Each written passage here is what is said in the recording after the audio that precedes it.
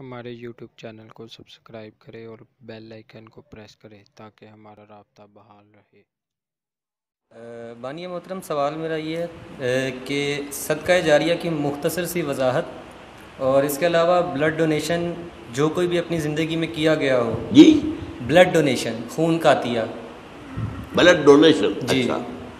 اس کا کس حد تک اجر و ثواب سے تعلق ہے، بشرطے اگر عطیہ کرنے والا شخص فوت ہو جائے؟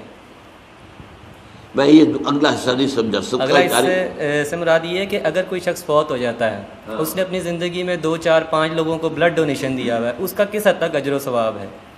اور صدقہ جاریہ سے متعلق کچھ تھوڑی سی وضاحت۔ دیکھیے، صدقہ جاریہ تو اس کو کہتے ہیں کہ کوئی ایسا کام کہ جس کا ثواب کسی انسان کے فوت ہونے کے بعد بھی مسلسل ملتا رہے اس کو،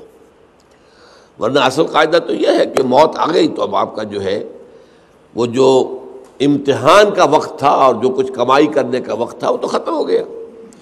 جیسے امتحان میں کہتے ہیں کہ بس سٹاپ رائٹنگ، اب وہ آپ کی رائٹنگ تو ختم ہو گئی۔ البتہ بعض اعمال ایسے ہیں کہ جن کے اثرات بعد میں بھی پھیلتے رہتے ہیں، اچھے اثرات، تو اس کے جو ہے اللہ تعالیٰ کی طرف سے اس کا ثواب بھی اس شخص کے مرنے کے بعد بھی اس کے حساب میں درج ہوتا رہتا ہے۔ بہترین صدقہ جاریہ نیک اولاد ہے۔ اگر آپ نے اپنی اولاد کی پرورش صحیح کی ہے، انہیں مسلم اور مومن بنا کر اٹھایا ہے، وہ اللہ کے فرما بردار متقی بندے ہیں، تو یہ جو ان کا وجود ہے، ان سے جو بھی نیکی پھیلے گی، ان سے جو آگے تقویٰ پھیلے گا، ان سے جتنا بھی بھلائی کا آگے فروغ ہوگا، اس کا ثواب آپ کو ملتا رہے گا۔ تو سب سے بڑا صدقہ جاریہ جو ہے وہ نیک اولاد ہے۔ اب اس کے علاوہ ایک صدقہ جاریہ مثلاً یہ کہ ایک شخص نے ایک دینی جو ہے درسگاہ قائم کر دی، زمین وقف کی، عمارتیں بنائی، دینی درسگاہ، اب یہ درسگاہ جب تک چلے گی اس کے حساب میں جو ہے اس کی نیکیاں جو ہے درج ہوتی رہے گی۔ اسی طرح دعوت و تبلیغ کا کام ہے۔ آپ کی دعوت و تبلیغ کے نتیجے میں جن لوگوں کو بھی ہدایت نصیب ہوئی، اب ان کی نیکیوں کا بھی اجر و ثواب آپ کو بھی ملتا رہے گا، اور وضاحت کے ساتھ کہا گیا ہے بغیر ان ينتقص من اجرہ شیء، وہ جو نیکی کریں گے ان کے اجر میں کوئی کمی نہیں ہوگی۔ یہ نہیں ہوگا کہ ان کے اجر میں سے جو ہے وہ دعوت اور تبلیغ کرنے والے کو اجر ملے گا، بلکہ یہ کہ اس کا اجر بھرپور اس کو ملے گا، اور اس کو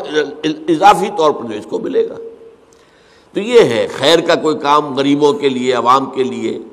جیسے پرانے زمانے میں ہوتا تھا کہ پل بنا، چاہ بنا، مدرسہ، تالاب بنا۔ اب اس زمانے میں واٹر سپلائی تو نہیں ہوتی تھی، کہیں کنواں کھود دینا، کہیں راستے پر سبیل ایسی لگا دینا کہ پانی وہاں سے ٹھنڈا جو ہے مسافروں کو ملتی، سارے کام جو ہے یہ صدقہ جاریہ ہے۔ باقی اگر کسی نے کسی کو خون دیا ہے اور وہ نیکی کے ارادے سے دیا ہے تو اس کا اجر و ثواب اس سے ملے گا، باقی اس میں آگے